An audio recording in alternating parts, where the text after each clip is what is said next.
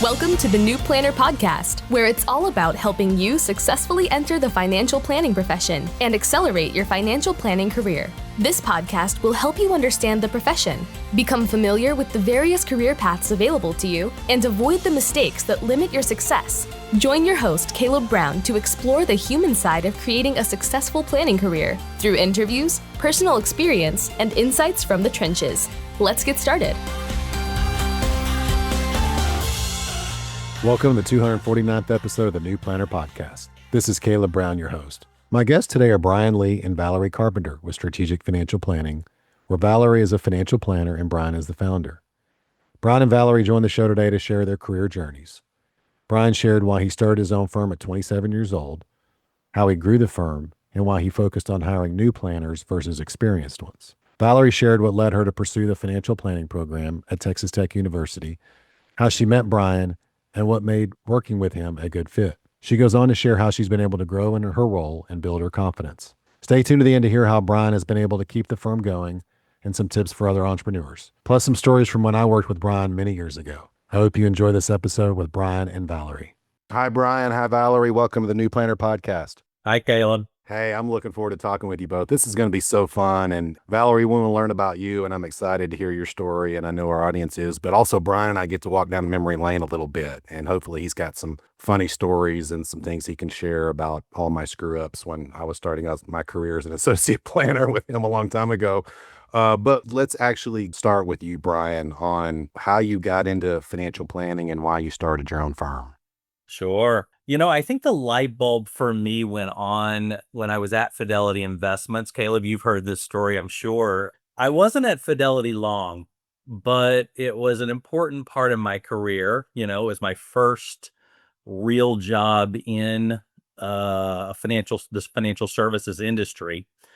And, Caleb, I don't know, do you remember the TCU rule? Does that ring a bell at all? No, it doesn't. No? Okay. Going back a ways. It was the TC, and it's kind of a play on words because I'm here in Dallas, Fort Worth. So you got TCU football, and TCU, it was an acronym that basically was, for a prospect to become a client, you needed three things, I thought, and I did a lot of reading back then trying to figure it out. And I thought I could figure out how to become a planner just by reading, and certainly reading is important, but I don't know if I borrowed this from somebody or came up with part of it. It's kind of like my practice. I'm sure I've borrowed many and most of the things I do from other people who have graciously offered their help. But the TCU rule was that a prospect needs to trust you. They need to think that you're competent, and they need to feel that you understand them and their needs. And so if you had the TCU, then you had what would probably transition from a prospect to a client. And Fidelity, my first gig out of the chute, flipped TCU on its head and proved that TCU was a bunch of bull. So any of you all that wrote that down, you can scratch through it. Because, for you that aren't familiar with Fidelity back then gave no advice. We were not allowed to give any advice. And people would come into us through an 800 number. And so you never knew who you were going to be speaking to that day. And, I was still in college. I was getting my undergrad in investments. And so this was my... And Bryan, just for context, this is the early mid 90s. Is that right? When was this? Yeah, this was 1993. Okay. Yeah, so long time ago, prehistoric ages. And these people would call in and...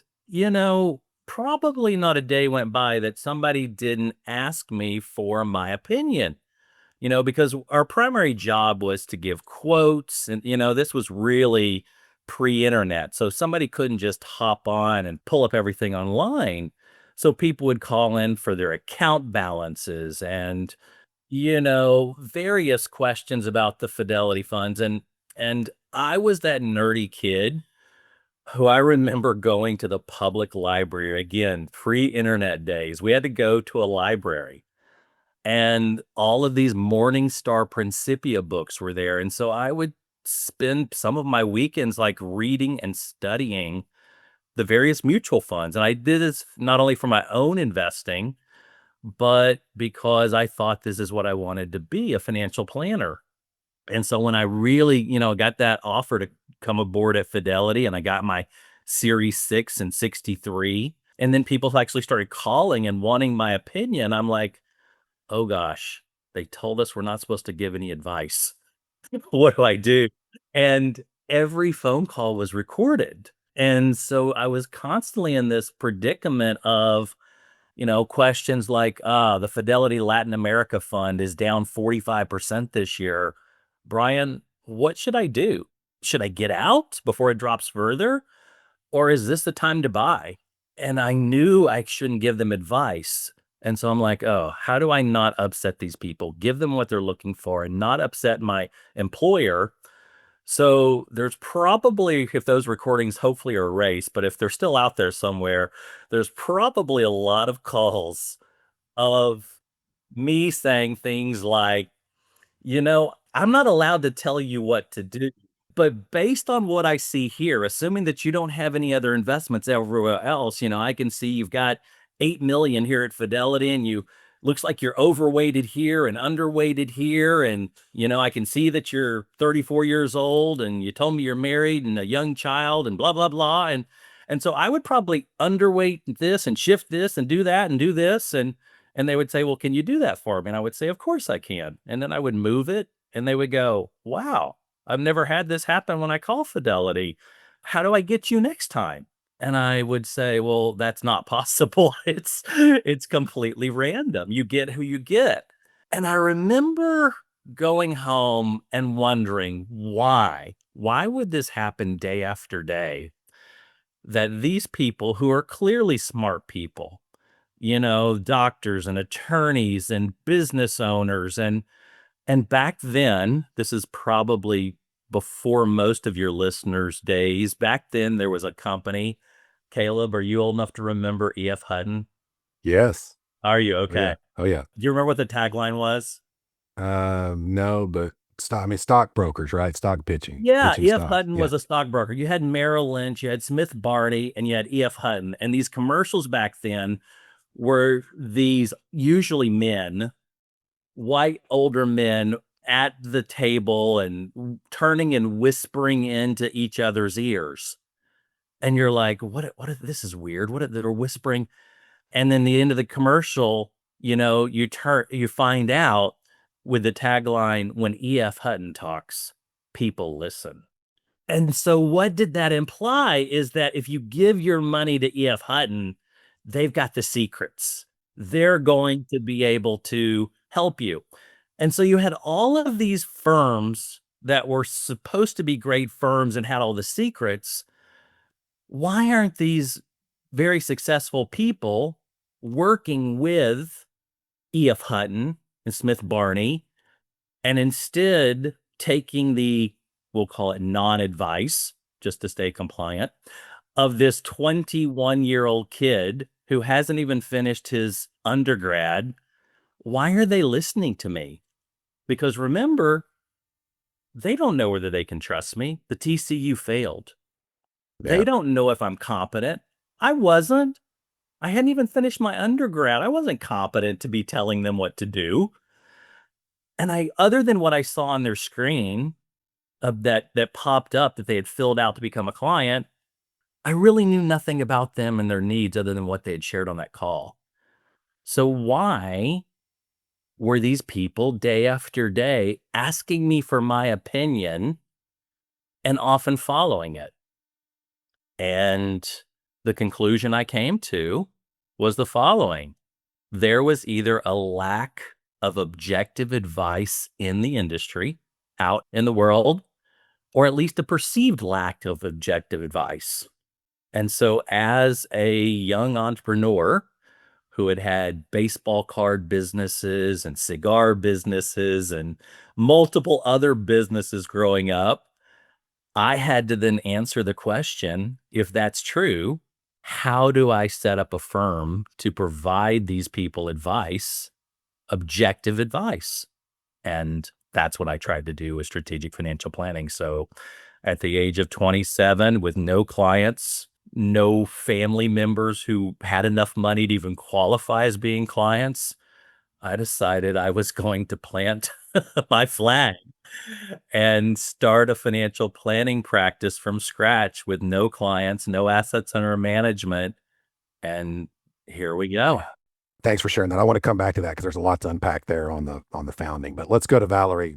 Valerie, how did financial planning, how did you become interested in that, and why did you go that route? Yeah, so I started school at Texas Tech, and mind you, I was not from Texas. I'm actually from a suburb outside of Richmond, Virginia.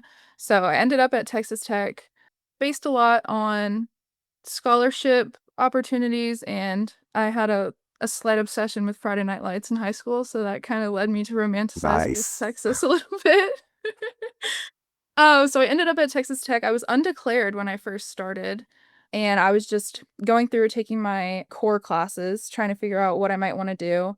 I got interested in a few things along the way, but I had a lot of dual credits from high school, and some of the degrees that I thought I might wanna pursue would have had me graduating what I felt like was absurdly early, and I really wanted to stay in college for 4 years and not rush into adulthood, I think. So, I went to one of those majors and minors fairs, and there was a super welcoming guy. I remember sitting at the personal financial planning table, and he just had just charisma to him that was very welcoming. I was talking with him, and he was like, if you like people and you like numbers, you should check out the PFP program. Like Texas Tech has the #1 PFP program. We're trying to spread the word, get people interested. So after that, I became interested in PFP. I was looking into it. I enrolled in the Intro to PFP class, which I figured if all didn't work out, counted at least as a math credit. So I was like, not much to lose here.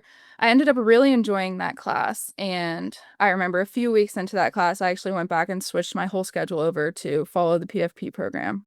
So I ended up doing that.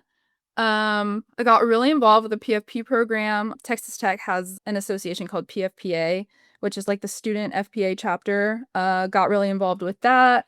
They have a peer financial coaching program called Red to Black. I was involved with that as well. Really trying to take advantage of all the opportunities that the alumni network, especially local wealth management firms in Texas, were willing to provide to Texas Tech students. So I really think building a community around that, especially like a lot of my social network and my friends were in the PFP program, I think really contributed to having a great experience there. But that was really the draw to financial planning. And I think that's pretty common, at least at Texas Tech where I was. Not too many kids go in, I think, as freshmen, even really knowing what financial planning is. A lot of people kind of stumble into it when they aren't, loving whatever their current path might be, what they started out as. And it's kind of a program changer field, I think, at Texas Tech. So I think it was pretty common for people to start a little bit later than freshmen, and I think that strengthened the social network as well. But that was how I ended up in PFP. Why did you love it? I mean, what was it about the coursework that was interesting and drew you in? Yeah, I remember the first thing that I found really interesting in the Intro to PFP program was about calculating, like, the idea of purchasing a car based on various interest rates, how much you would pay for the car over the long term. I think I found the wide applicability to just your own personal life to be very interesting to me. And I realized, there are so many people who need this kind of help and don't know where to get it that I knew it would be a really fulfilling career. And I think being really connected with other kids that were interested in that, as well as with the professionals that I was talking about, and, shadowing, talking, picking people's brains. Everybody that was in the field seemed to be very fulfilled by it, which was really encouraging to me. I did have a bit of fear, I will admit, that it was kind of going to be like, the whole helping the rich get richer, and I was like, "How fulfilling will that be as a career?" And I have not found that to be the case at all. I think that does tend to be something that people think of, especially when you're younger and, wide-eyed and wanna change the world and such. That doesn't always feel like such a noble goal, but I think just the applicability to people's lives, the ability to really help empower them around their money and let them see all the options that they might have was really attractive to me when I was in school. And then you decided to not go back to Richmond for your job. You were looking in the DFW area? I was. Yes.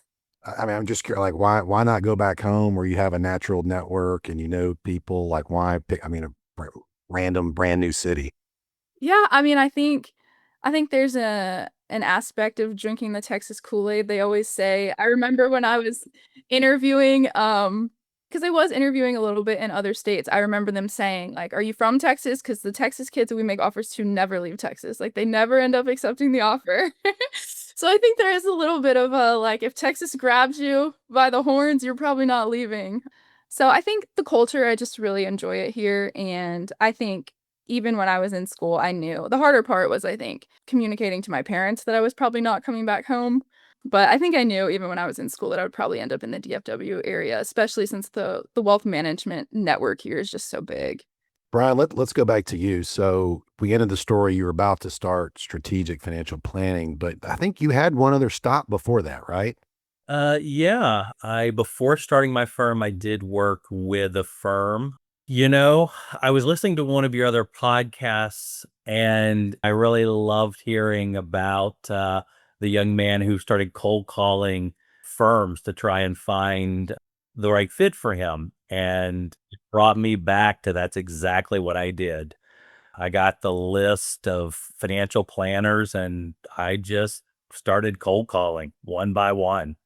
Started faxing. Back then we had fax. And if I didn't have their fax, I asked for their fax. And even if they weren't hiring, I said, do you mind if I fax you my resume? Maybe you'll come across somebody who is hiring. And so that's what I did. I sent my resume as weak as it was to anybody. And I got hired by a gentleman.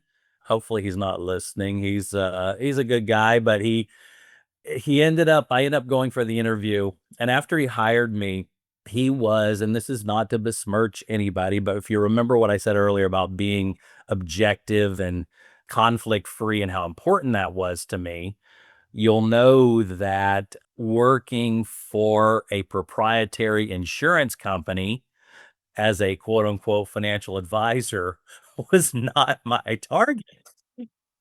And and I tongue in cheek said to him, I said, after he hired me, I said, if I had known you were with, and I will leave that company blank, if I had known you were with such and such, I would have never come to the interview.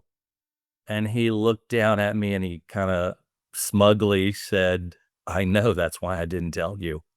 So, that was not a long stop. I will say I was constantly pulling him towards the fee-only direction, and I was successful in moving him from a captive broker-dealer. Part of my job back then was to research broker dealers because he had built up all of these insurance commissions and he wasn't going to give up all those commissions that he had set up, but he still wanted to do this financial planning stuff because according to his firm, the most successful people who sold the most life insurance were those who called themselves financial advisors. And so he was, figuring out how to be a financial advisor himself.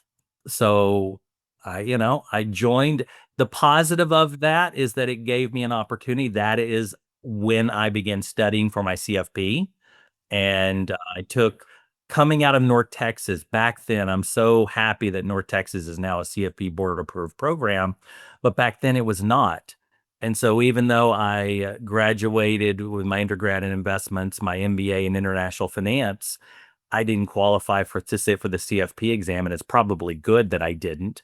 And then I went through an accelerated 10-month program that was every other weekend, Friday night, all day Saturday. And so this is how, remember, I was that nerdy kid spending my time in the library. Now I'm that kid who is spending his time working all week, 40, 50 hours a week. And now I'm spending my weekends studying for the CFP exam. And so fortunately passed that on my first attempt and, left there, continued talking to firms, but I just could not find a firm. I went on a number of interviews.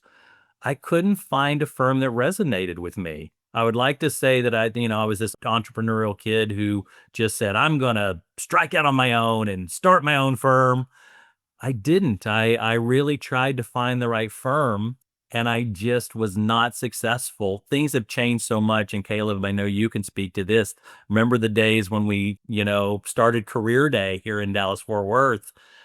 I was like one of only two firms that were interviewing, and we had all of these 60 and 70 kids driving up from Texas Tech, and so there just weren't jobs for young people back then. And if there were any jobs, you and I both know it was primarily selling stuff to people. So I think I'd watched some baseball movie, and they said, "Build it, and they will come." So I decided to build it. They just didn't tell me it would take a really long time for them to come. Well, let's go there. I mean, here you are, 27 years old, no money, no like client. Like, how in the world did you get the clients and get the bills paid and make the numbers work until you could get enough momentum? I borrowed money from family. I so appreciate my family trusting in me that I was eventually. I borrowed money to help me just pay my bills, pay, place to live, pay for food. And, my very first client came to me. I don't know if you remember this, Caleb, but I started a networking group. There was a group called BNI, Business Networking International. You remember that, don't you? At 27 years old, I started and grew to the largest BNI chapter in Dallas Fort Worth at the time. I did a kickoff meeting. I had over 100 people. I reached out to everybody I knew, and so I grew it. And, if you're not familiar with BNI, it's one person per profession, one financial planner, one estate planning attorney, one CPA. And so my very first client, who is still a client with me today, Caleb knows who she is, here 25 years later, still a client today, was referred by the CPA in the group. And so I then went on to do other things. As you know, Caleb, I went on and I taught classes at continuing ed classes at SMU. I was president of the Dallas Fort Worth chapter of the Financial Planning Association. That helped me to get to know a lot of other financial planners. And so, believe it or not, some other financial planners who were targeting higher net worth clients who didn't want to work with those smaller clients actually referred clients to me. And some of those, most of those clients who were referred to me, one of them was the owner of a sign franchise. They owned three different sign franchises and later sold those sign franchises and became a client that I'm guessing that financial planner would love to have today. So sometimes you have to work with those clients who are small fish and help them grow to become big fish. And so those are, other ways that I grew, but those are some of the ways that I got my first clients and, got the momentum to get to where we are today. I want you to talk about the business model adjust shift in a moment. But before we do that, Valerie, I'm just curious, when you were coming out of Texas Tech, you had a great education. What were you looking for in an entry level role and then from an employer? Yeah, I think Texas Tech's program did a great job of helping us kind of figure out what we should be seeking out. I think they had a pretty big emphasis on looking for an RIA, and they pretty heavily pushed the fee only model. So I think straight out of school, that's kind of what I was looking for, and had a great experience interviewing, I think, with a lot of different firms, but ultimately I met with Brian at the FPA DFW Career Day. We ended up meeting up there, and I think we connected and got along well pretty instantly. I think when I came out of school, I was really looking for somewhere that I could grow quickly. I had found that at a lot of, especially bigger firms, your Schwabs or Fidelities, even I think some of the bigger RIAs, there's stepping stones that are pretty time dependent in terms of kind of regardless of your performance, you're going to be in a client service role for 2 years, and then you're going to be an associate for 5 years, and then you're going to be a financial planner. And to me, at the time, it kind of seemed like your performance or your personal potential didn't really have much input on how fast that might go. So I think I was really attracted to a smaller firm where I knew that if I could excel, that I could accelerate that path. I think I'm pretty naturally just kind of overachieving and I have high goals for myself. So I didn't want some preset system to be something that held me back. I think that really attracted me to the smaller RIA network. And when I met Bryan, I remember that was something our first interview concentrated on pretty heavily was like, he was like, nobody is going to push the brakes on you here. Like, if you are ready to do this part of the meeting, in your first 6 months, no one's going to tell you can't do that. Like the only person stopping you will be you. We fully trust you. We trust our ability to train and mentor you. And, as soon as you're comfortable, or maybe a little bit before you're comfortable even, you have full reins to go ahead and do what you want to do. So I think that I was really attracted to that coming out of the gate. At SFP, there was no pure operations role. So from the jump, I kind of became the person that was, the first in the grunt work of collecting prep work for client meetings, running reports to get stuff updated, looking at performance reporting, making trade recommendations when we need to raise cash or invest contributions. So really from day one, I was able to get my hands into every aspect of the business. And I think that has definitely helped my growth in a multitude of ways, really, because there was nothing holding me back from learning other things. It wasn't like, I was only doing money movements for 2 years. And then after that, it's like, okay, now you can start learning about e-money. So that's really, I think, the biggest thing that SFP offered that I was looking for. So it sounds like you were okay doing the kind of admin ops, client service stuff early on, but you also got to do a lot of the planning stuff Yeah, as well definitely. versus being limited. Yeah, and I think that's something that I know there's kind of like in the industry, I think there's a lot of 2-year burnout from PFP graduates. At least in my circle, I've kind of seen that a lot of kids transition to maybe something different, a different industry after 2 years. And I really think a lot of that is because you master the operations, I would say for most people, a lot sooner than 2 years. And I think if these newer grads aren't being given the opportunity to see the more exciting, for most people that want to be financial planners, the more exciting part of planning, I think it gets kind of repetitive and boring. So I think it's really important to be exposed to all aspects really early on. I have no problem doing, and to this day, I still do a lot of the operations, money movement. We're a small firm, so that's still definitely part of my role. But I think keeping that being your only role I think you might lose sight of the bigger picture a little bit, and it's kind of discouraging. So I was pretty uninterested in that being my role. Maybe break it out for us if you would. I mean, what does your role look like today in terms of responsibilities like planning, investments, business development, operations? I mean, if you could make a pie graph, I mean, just maybe walk us through that. Yeah, so as of today, we have a new team member coming aboard soon, but as of today, it's just Bryan and myself. So pretty much everything that you do at a financial planning firm, I do at least some of. I will say not much business development. But other than that, the operations, I take care of getting stuff planned for update meetings, and then I'll typically get everything kind of teed up, and then Bryan and I will run through before the client meeting, and he might point out something that's like, that looks off, or let's make sure we touch on this or ask about this. Or sometimes, he has insight into the clients from maybe further back that I'm not familiar with, just because, yeah, I'm coming up on 3 years here. As we just said it earlier, Bryan's been at SFP for 25 years. So he has a lot of client history that maybe is not captured necessarily in the meeting notes and not something that I could have gathered It's yet. all up here, right? It's like, Oh, yeah. He's not big on writing stuff down. darn entrepreneurs. I know, right? Their minds run too fast.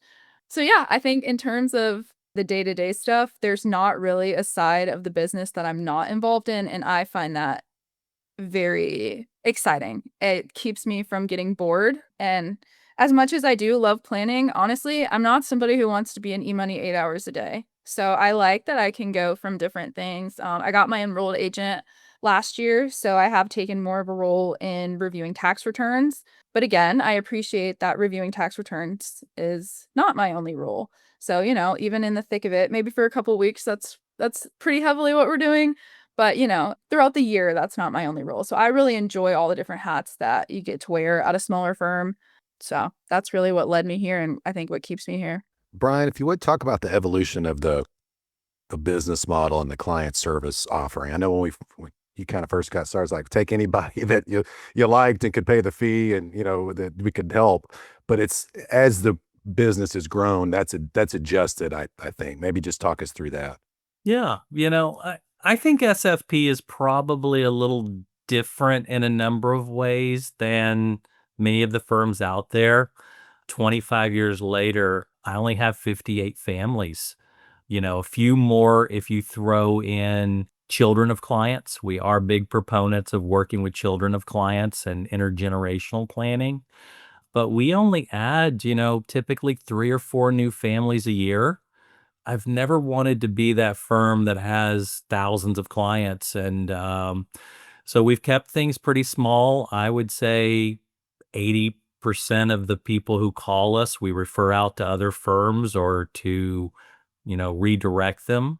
Things, Caleb, that you may remember from your days with SFP, I'm still a big proponent of delegators. You'll remember probably the way we broke out prospects was one of 3 ways: do-it-yourselfer, delegator. What's the third? Here's your test. Validator. He remembers it exactly. And when I first started, Caleb, you'll remember I was smart enough to know to stay away from the do-it-yourselfers, right? They would call and try to take up time and pick your brain and ask about your investment return and what guarantees you have and blah, blah, blah. And, I wasted a lot of time with them in the beginning, but eventually I finally figured out to, not waste time with the do-it-yourselfers.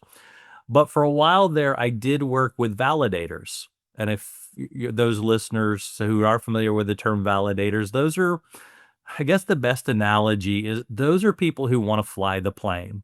They're not interested in you being the pilot and flying the plane. They want to fly the plane.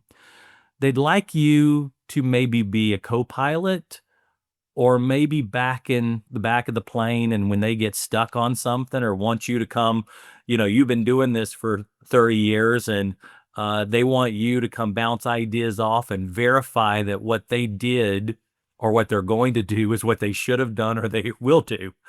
And I really try to steer clear of working with validators. I let that be a niche filled by many of the other planners out there, such as members of the XY Planning Network and so forth. And strategic financial planning today still tries to focus on what we call delegators. Those people they're smart people, Something Yeah. funny is I went back and I looked through what do our clients have most in common? And something funny about them is the largest number, there were 2 things. One, they were physicians, which isn't quite that unusual. Physicians and business owners. But the other one was I had quite a few that had the CPA designation. And when I realized, I thought, boy, isn't that strange? Many, and not all of them are practicing CPAs. Many of them may not be practicing, but I've got quite a few CPA clients, which tells me they're very detailed people. They're smart people. They could do 99.9% of what we do. They just have chosen not to. This is maybe something that they don't love to do, or they're at a stage in their career where this is something they want to delegate.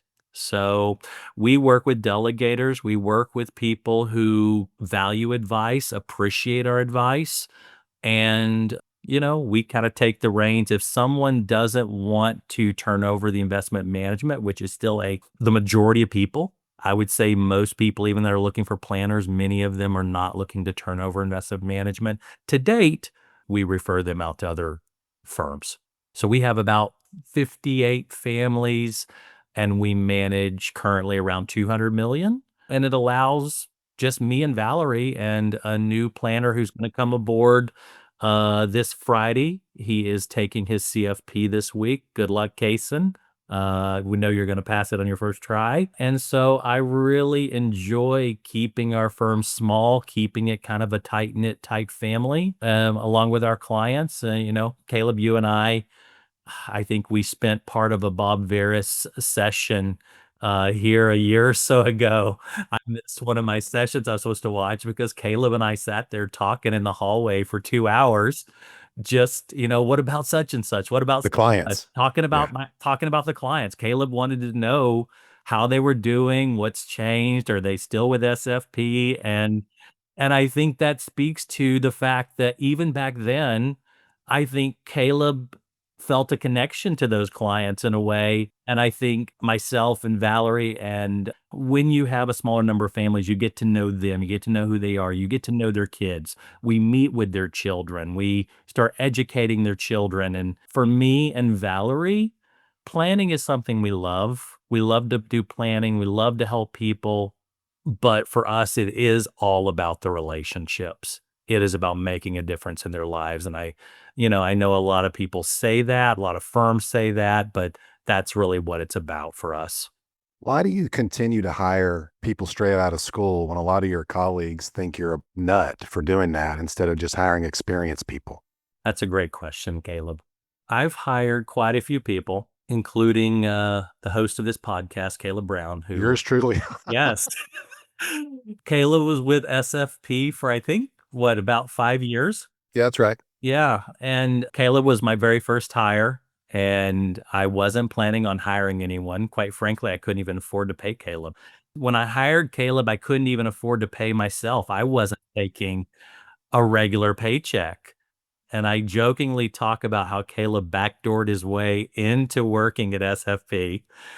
One of my passions has always been helping the students and helping the students transition and find their way into planning. And so I used to fly out to the schools, one of those schools being Texas Tech, and would fly out and go speak to the students and just talk to them about what planning is, what it's about, and make sure the reality of their expectations was aligned with what was really happening in the industry. Because I kept hearing of a number of what I thought would be great students going and joining firms and falling out and leaving within a year or two. And it really saddened me. And I don't want to point the finger at any particular firms, but a lot of times those firms, they would come out of school and they would go work for a wirehouse or an insurance company. And they thought that's what financial planning was. And they did it for a year or two and thought, boy, this sucks. I hate this. And not realizing that that's not necessarily, that's one aspect, but that there is this world of the RIA world, and that we're not wanting you to sell stuff, and we're wanting you to really help people and make a difference in their lives. And I wanted to make sure the students knew that. And so I went and spoke to the students at Texas Tech each year, and one of those graduating classes in it was Caleb Brown. And I remember getting a phone call from Caleb because he was interviewing. He was interviewing with a firm in Dallas, Fort Worth. He was at Texas Tech getting ready to graduate. And he said, "Hey, Bryan, I am talking to such and such, and I want your opinion." And Caleb and I had just met uh, in one of the sessions when I was out in Lubbock in one of his classes. And then I spoke at the PFP banquet afterwards. And Caleb and I had a good discussion. And I remember saying to Caleb, I don't think you're listening after you're asking the question to who you're interviewing, because I had to be careful because I was president of the chapter. Hearing what I want to hear, I think is what you said. That's exactly what I said. I said, I think you are hearing what you want to hear. And I don't know what Caleb did with that, but I do know that he did not end up going to that firm. Caleb ended up putting on a credit card, if I remember correctly, to drive. He drove from Lubbock to Dallas to go to a Navaplan workshop to learn Navaplan. And it just so happened that strategic financial planning happened to use Navaplan. Purely coincidence, right, Caleb?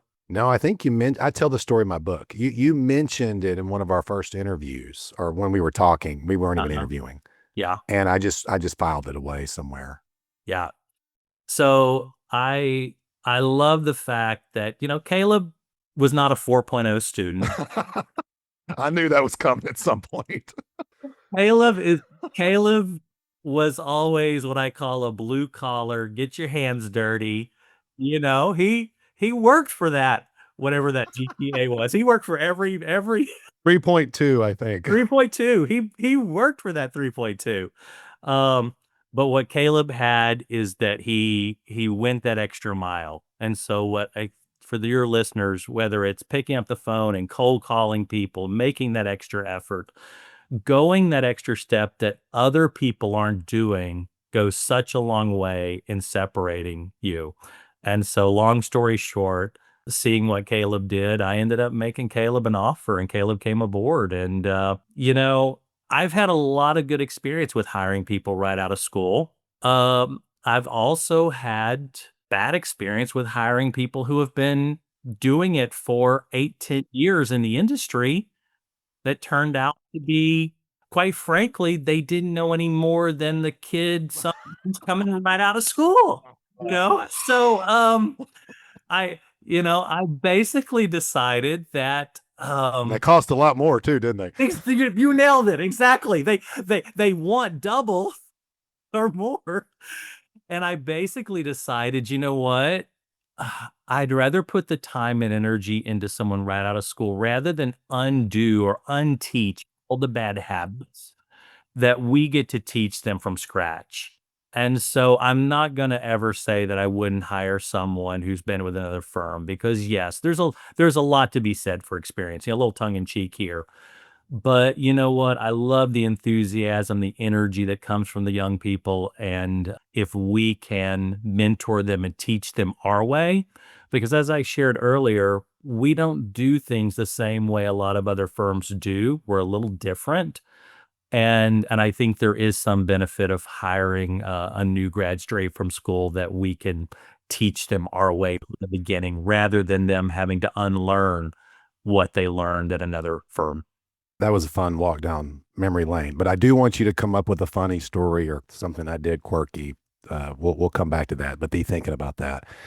Valerie, to you, a lot of success, a lot of achievement, younger woman getting into the profession. How did you develop your confidence early on to have the success, especially when you have a manager like Bryan who's like, we're putting you in the game. We may not be ready, but you're in there. How did you do that? A lot of imposter syndrome, to be honest. I think earlier on, I had really great mentorship and a lot of support behind me to where I knew that, I might try to do this and it might be wrong, but I'm going to learn a lot by being wrong. And I'm going to learn a lot more than I am by watching somebody else do it. So I think that, being willing to try things that you don't know, a lot of humility, being willing to be wrong, which quite frankly, I mean, I am the 4.0 student that Bryan jokes about. So going into this profession and being introduced to stuff that I don't know and I'm not the best at it was hard for me. I'll be quite frank. It was really hard. I remember Bryan telling me in our interview, starting this job is going to be like drinking from a fire hose. Like there's going to be a lot of stuff that you don't know. It's going to be overwhelming. And it was, but I think to be fair, I think there are people who can thrive in those environments, and I think there are people that that's not the right environment for. And I mean, I think to everyone out there, knowing that about yourself is really important and where you might fit best because it's definitely not for everyone. But I think having great mentorship and becoming more confident in my own knowledge and skill set, you learn very quickly when you enter the industry that even when you pass your CFP, and you got A's in your PFP classes, that applying what you might know from a textbook to a real life client situation and explaining it to somebody with maybe not a high level of financial literacy, it's just a totally different ballgame. Well, what's been the most challenging part of these last 3 years? What's been the hardest part of the job? Probably back in, I think, September of last year, one of our team members who had been with SFP for, I think, nearly 10 years gave notice that he was resigning. And at that time, there were 4 of us. And then shortly after that, the second longest tenured team member gave us notice that he was also resigning. So from early September to December, we went from 4 of us to just Bryan and I. I think that was really hard on both of us. In a lot of ways, I think it was a good thing. It really I think skyrocketed my potential to shine because there was really no other choice. There were obviously a lot of things that they were handling that they were no longer there to handle. So I had to become responsible for a lot more things.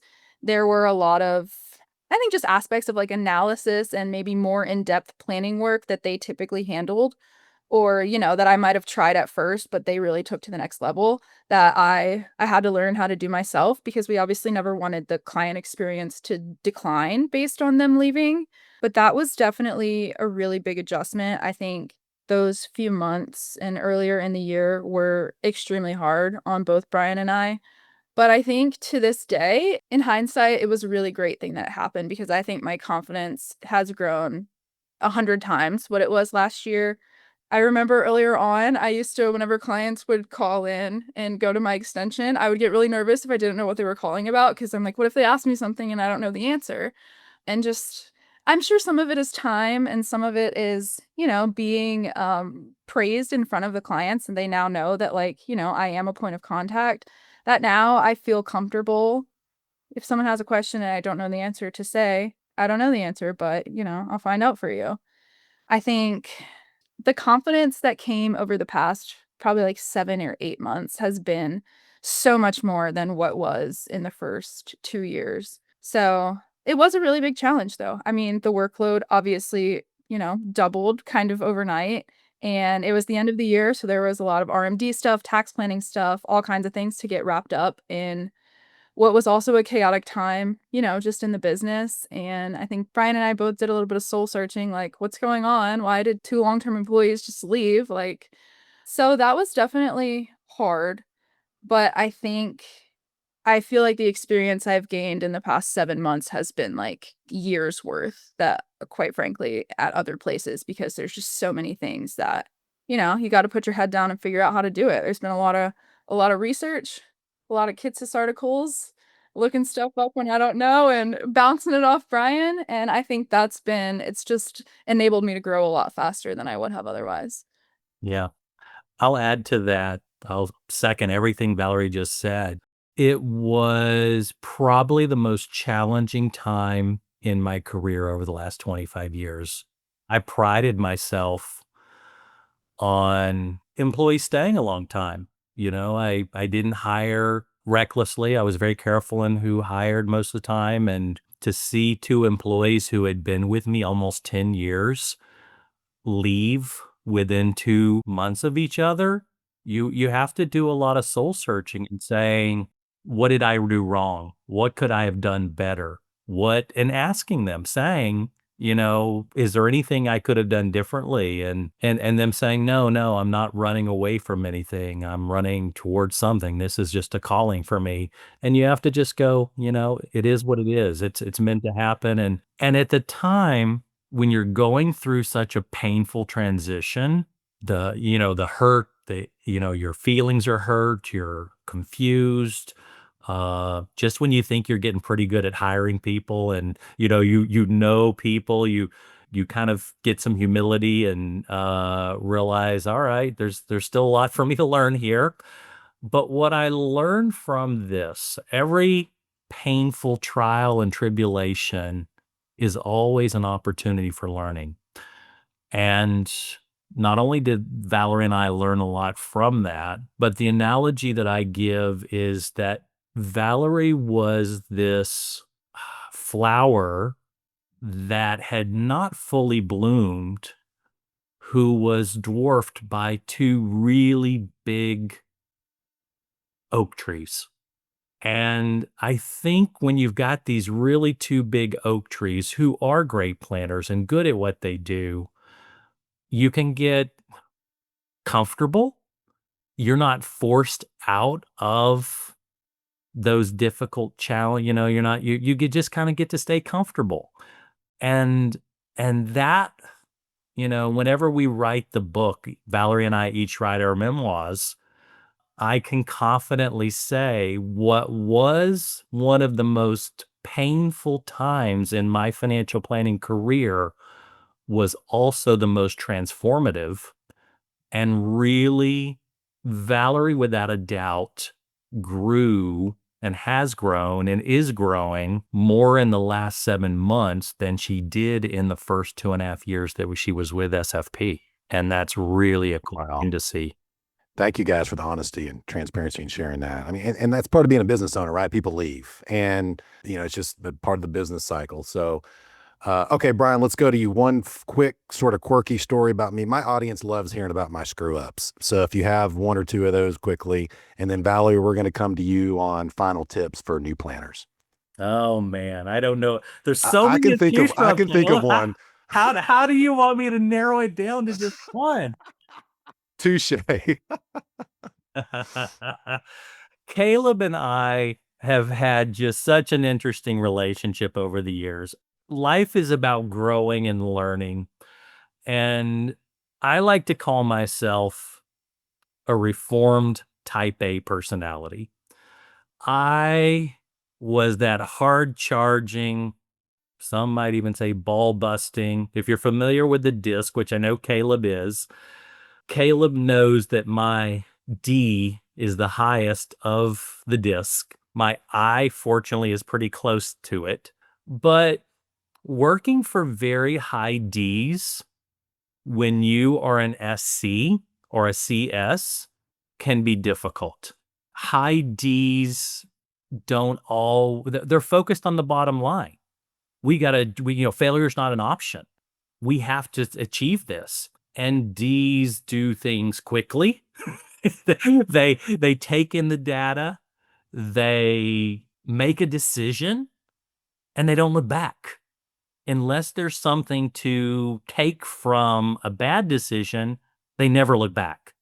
They just are always moving forward.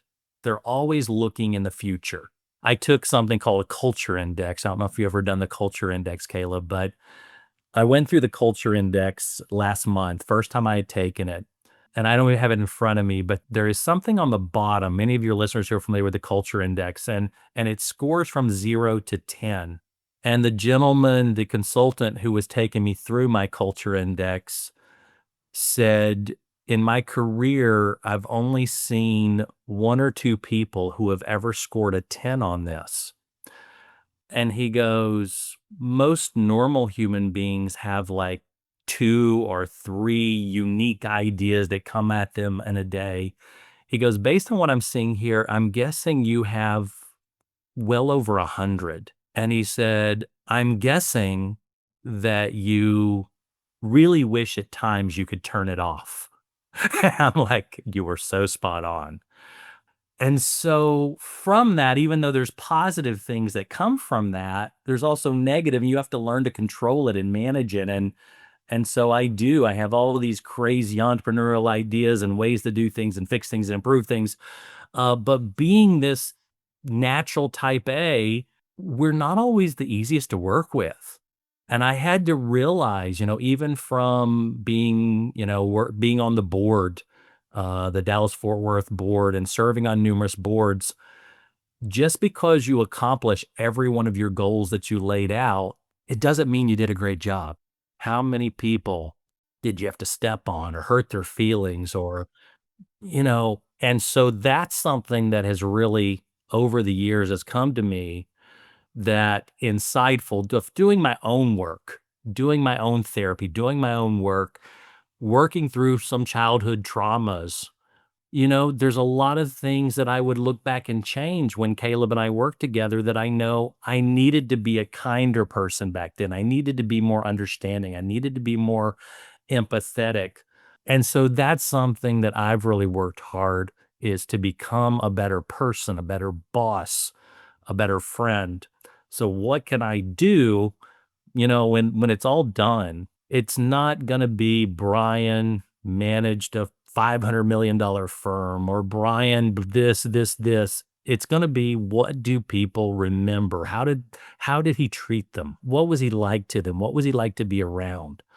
And so I think for that person out there who is that hard charging type A personality, at some point you start to realize achieving all your goals, checking the boxes, that's not what life's about. And so, even though I could look and say, there's lots of things Caleb could have done better and so forth, really what Caleb helped me understand is what I needed to do better to be a better boss, be a better person. And so it was a really important hire that I made. And so that's, looking back today, I go, I should have done better. I can't change that, but let me work on being a better person, better boss today. So that's what I try to do. Appreciate you sharing that.